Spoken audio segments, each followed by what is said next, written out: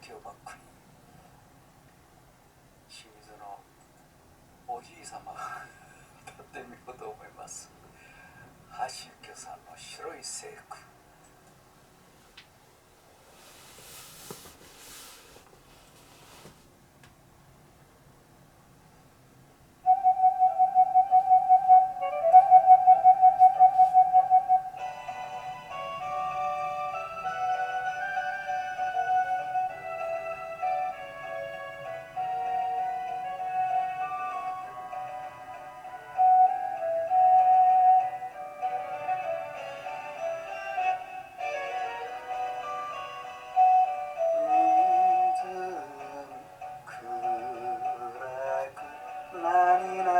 風か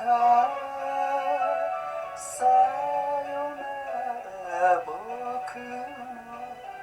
逆位の天使心の妻よかわいい人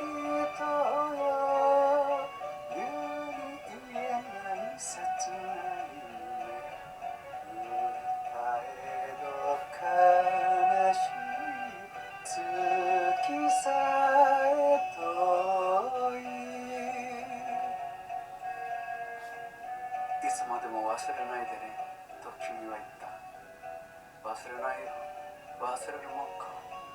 うなだれて木陰に消えていった君の白い制服、涙に咲いた花だった。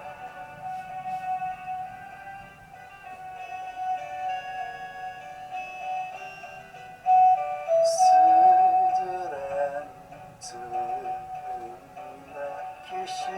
の小道あなたの肩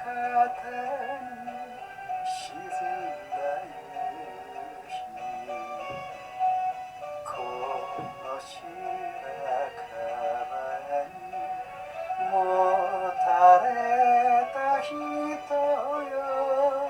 せめて一言好きなんだよ打ち明けたいと思いつつ一人残ってたたずこの湖畔の寂しさなぜ言わなかったのだろう言えなかったのだろう愛してるって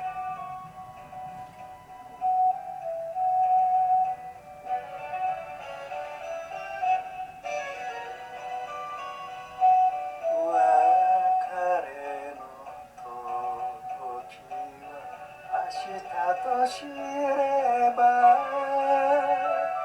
花より白い制服姿あなたは僕を泣きたくさせる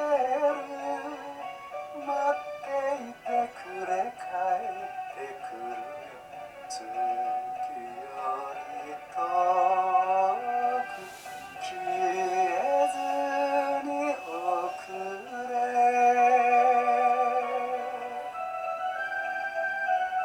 これは看護師さんと恋の歌なんですね。